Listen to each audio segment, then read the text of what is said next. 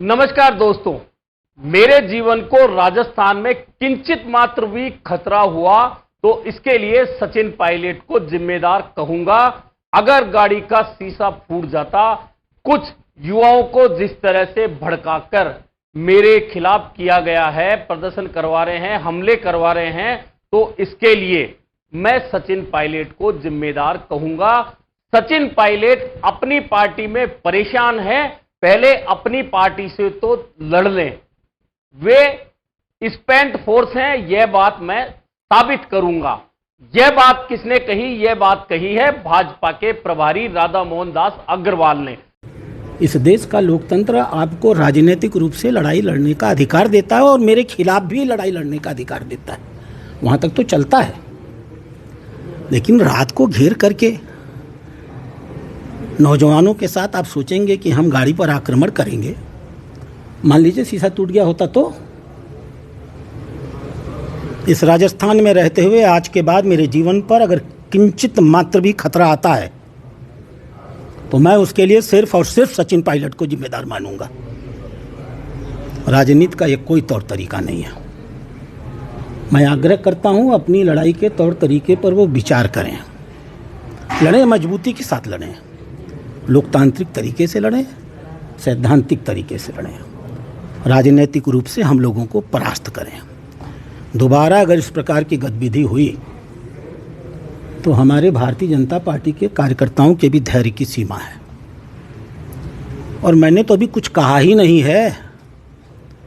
जब मैं कहना शुरू करूंगा तो बड़ी समस्या पैदा हो जाएगी, क्योंकि तब मैं ये परिभाषित करूंगा कि वो स्पेंट फोर्स है क्यों। पूरा राजस्थान जानता है इसको। तो मेरा आग्रह है, बड़े नेता हैं बेचारे,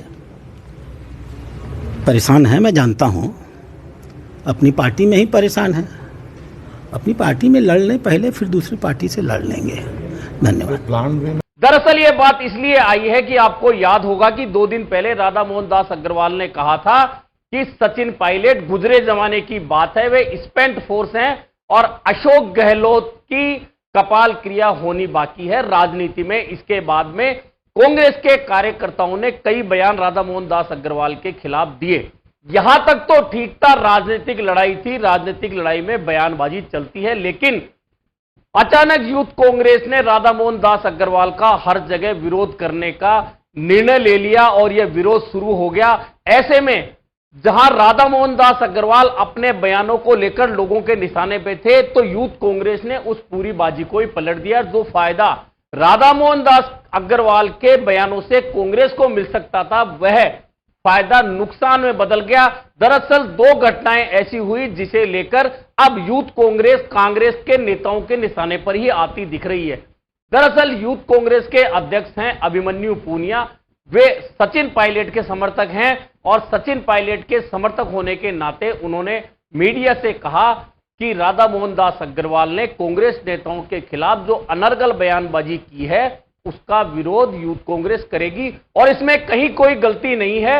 अपनी पार्टी के नेताओं का अगर कोई गलती से नाम लेता है, गलत तरीके से उन्हें बोलता है, उनके खिलाफ गलत बयानबाजी होती है, तो पार्टी के कार्यकर्ता विरोध करते हैं और इस विरोध का ऐलान अभिमन्यु पूनिया ने कर दिया।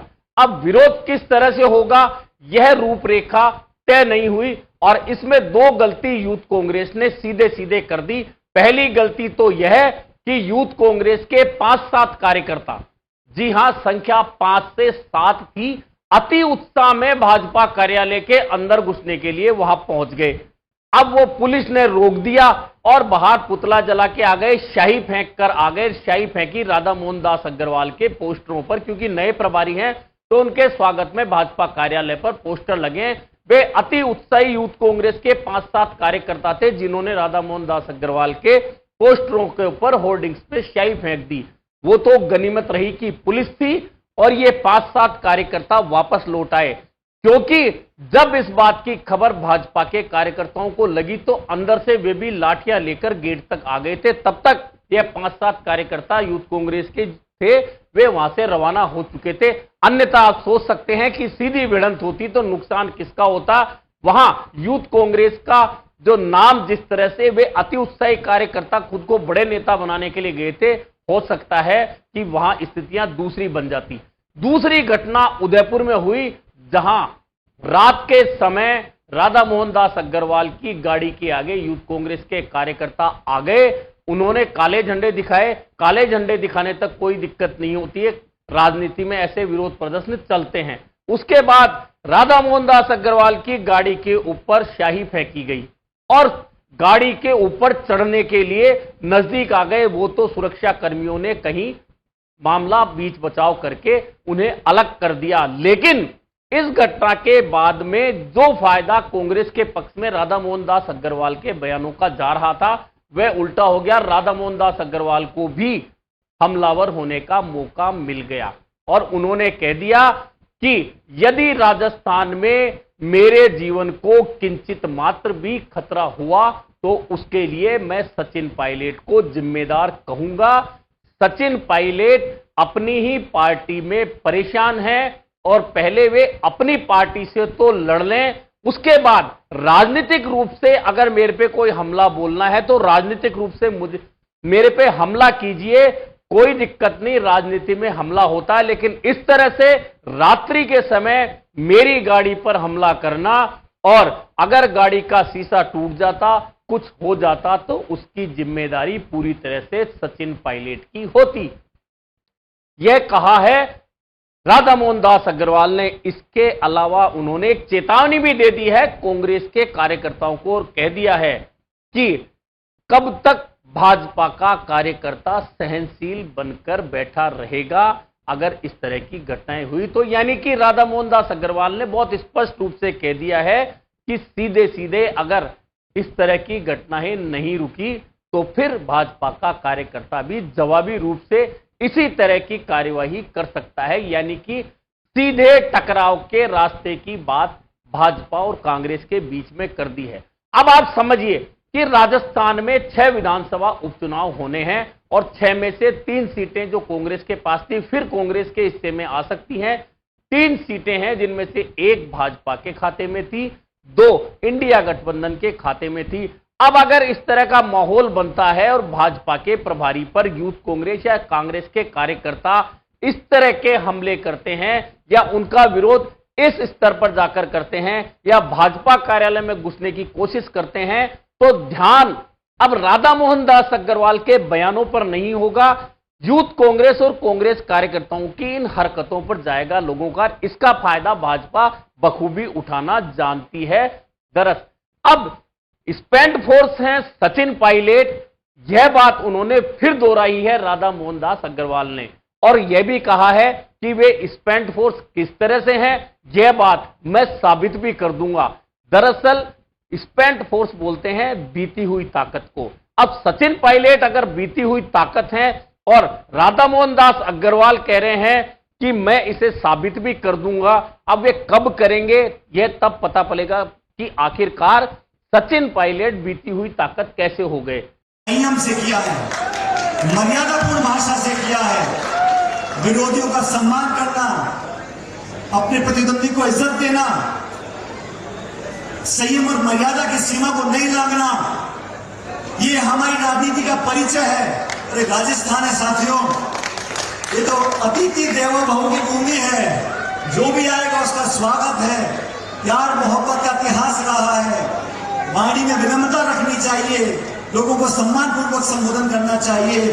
और अगर राजनीति की बात आ रही है तो अब चुनाव उपचुनाव आने वाले 5-6 जगह, तब तो हाथ करने के पता पड़ जाएगा। मैं आपको इतना ही कहता हूं, पहली बात कि जीवन में समय कभी एक सा नहीं रहता।